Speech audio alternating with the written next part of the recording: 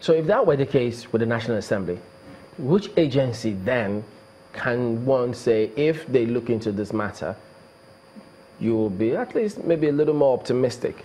First, the president. For me, my first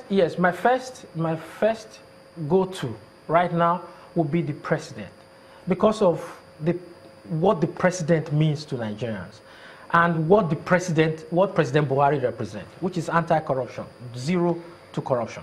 So the president comes up, and then the AFCC to also look at it.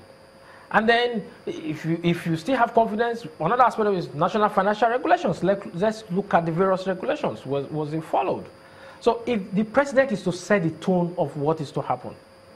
But why are we talking about the president? It's because of the weakness of the institution. In other parts of the world, you don't even need to get the president to be involved.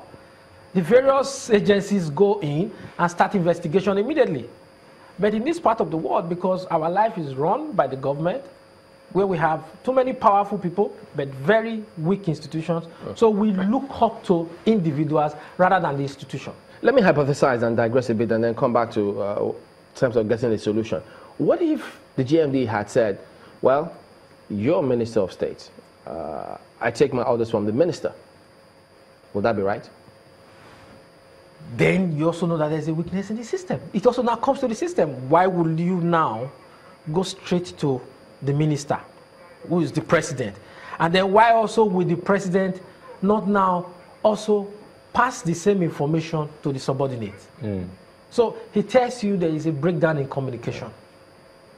So when we also need to look at that breakdown in communication, because even if you look at the memo of the president, of the minister, you also see a little bit of ego playing out there. You know, you also see a little bit of ego, and you now look at that two people who really don't like themselves. But at the end of the day, I think it's all very good for the country, because I've always said that if you don't have institutions where they disagree, then the people are being shortchanged. I believe in, even though as weak as the National Assembly is, I strongly support having an executive and legislature having a head-to-head, having disagreement, because that is good for the institution. Because that disagreement will make you know what is actually happening. Without this disagreement between the GMD and the Minister of State, you and I will not know. But let's also give kudos to the media organ that broke the story. But there's a school of thought that says that, look, the way part of this can be sorted to some extent, because as it is now, you have different people queuing behind different groups, taking their positions. What if, or what would you recommend, or would you agree with those who think, if one of them leaves that position, it may not help the situation until maybe both of them are eased off and then they begin to sort it out? Will that work? The person that has the highest responsibility here is the president. The president is the one who is elected by Nigerian people. The rest people are what I call delegated authority. So the president will be the one to set the tone. That, okay, this is my administration, I have the mandate of the people, and I dictate where I want to take this administration to. So the ball right now is in the court of the president. My worry is, if we are not careful, this whole issue is going to be very politicized, and in politicizing it, because Nigerians think within the prism of where is it from. And once we get to that level, you are going to have this north and south divide is going to come into all of this. That's my worry. And when the north and south comes into this, it's going to be, oh, Kachuku is from the south, Baru is from the north. So the minister, I'm hearing that some people are saying that the minister of State is anti-north. And then I'm also hearing some people are saying that, oh, the GMD just doesn't want to listen to the minister because he feels he's from a section of the country and he can. You see, we will lose the focus of this. And that's my worry.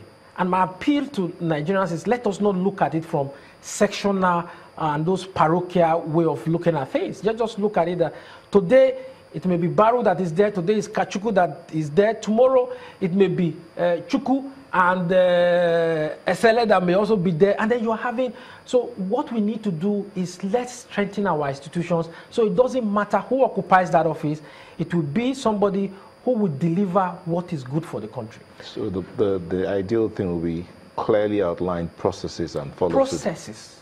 That for me is what we should focus on. this is what we should do. If we have to carry out these changes that we need to do in NNPC, how do we make sure it's long lasting? How do we make sure that nobody comes and give it any ethnic toga? So would you expect the president to speak up or just act? I think the president just needs to act. This president, one thing is a man of few words, so he has to look at the process and he has to come up with a solution. And then not just a solution that is for today, but a solution that will be long-lasting, solution that will strengthen the institution, solution that will make it easier for NNPC to function properly. Even though whatever the president does, people will criticize and say whatever it is, whatever he does. I always say that when you are a president of a country, when you are a president of anything, if you are too popular, if you get an 80% popularity, you are not doing anything. Because the truth of the matter is, a president is functional when you are doing things. You don't need to do things to be popular as a president. All you need to do is to do things that you know that is sustainable in the long run. There are presidents who are no longer president, but you remember them and you are happy. As at the time these presidents were carrying out various changes within the system, everybody will be complaining. But 10 years down the road, 20 years down the road, and you now remember, oh, thank God for that president. You look at Germany, for example, with all of the problems that the Germans went through, but the Germans never forget Gerhard Schröder. Schröder lost the election, that Angela Merkel became the chancellor in Germany, but his reform is what the Germans benefited from 10, 15 years after Schröder lost the election. So the bottom line is, for me, the president don't have to do something that will make him popular. I don't want a president that is political. I don't want a president that wants to win the next election. I want a president that wants to win the next generation. And if the president thinks from that perspective, I think he will do something that would be good for the country. Well, the thing is, I mean, politicians tell me that, look, once you win the first election, you're thinking about the next.